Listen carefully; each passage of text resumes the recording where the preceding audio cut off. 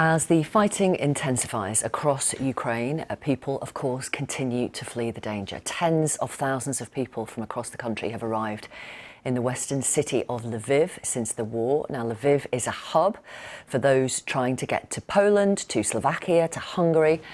And there are fears that many more could arrive if Russian forces advance quickly. Our special correspondent Fergal Keane has this report.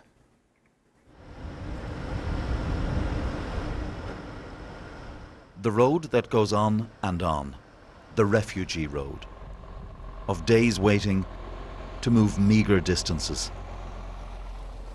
On day 6 of this invasion, the refugees keep coming. Now, when you look at these images every day, you might think it's the same story every day. But of course, it's not. War never is.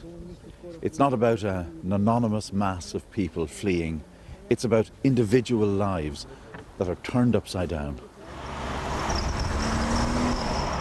Over 500,000 have fled already. Many thousands more are on the move, like Lisa Kratchun, leaving with her elderly mother and daughter. It's scary for sure. It's psychologically difficult, because we lived well. We started to build a new house last year, and now we had to run. Everything we have is in the car. There's shock but no social collapse. These teenagers from a local village clean the rubbish left by those fleeing. It's civic-minded, but also the solidarity of friends in the face of war. It was very scary. We cried a lot. But we are together and we support each other. We wanted to stop. We don't want any war. We want Ukraine to be Ukraine.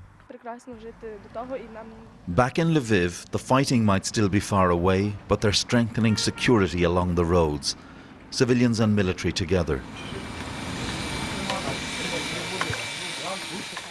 This is a brewery that's been converted into a factory for making petrol bombs.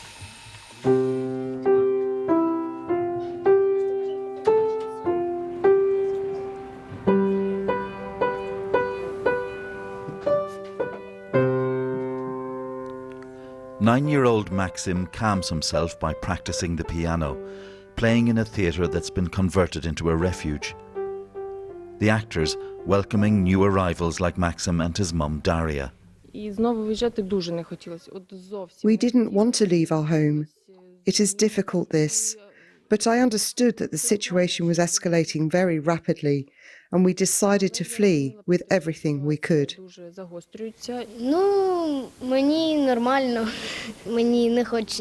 I'm fine. This is normal. I don't want war, he told me. It'll be better if it doesn't happen and everybody lives in their own house and doesn't have to go anywhere else.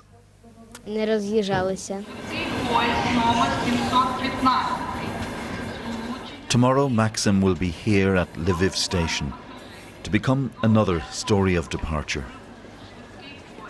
People here ask, how long will the war go on? It's a question sadly easy to answer, as long as President Putin wants it to. Until that happens, across Ukraine, the partings will go on. Fergal Keane, BBC News, Lviv. So that's on the west of Ukraine. If we go to the other side, refugees from Ukraine's second biggest city, Kharkiv, are also on the move. Our Eastern Europe correspondent Sarah Rainsford reports. A warning, her report does contain some distressing images, and she is bringing us this report from Dnipro.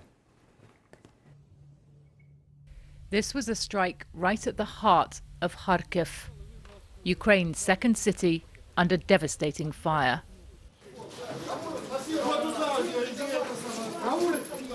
Russia says it's not targeting civilians here.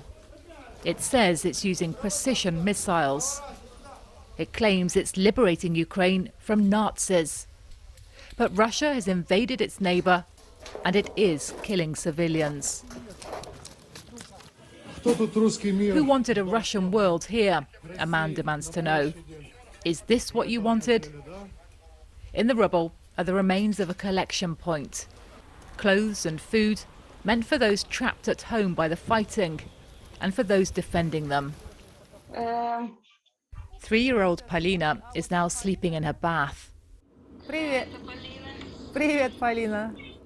Her mum asks why she has to go to the bunker. Почему ходишь в подвал? It's because of the bombs, she says. Polina has cancer and her medicine's running out. The family need to leave town urgently, but they're scared to step outside. It's such a lottery. You sit here thinking, will they hit your house or not? I don't know how to get out. They tell you all the time not to go out, it's dangerous. So I just don't know what to do. I just hope that they will make a safe corridor and get civilians out. So Dnipro, the next city south, is building up its defences, determined to stop the Russian advance. Some people who do flee Kharkiv are now heading here.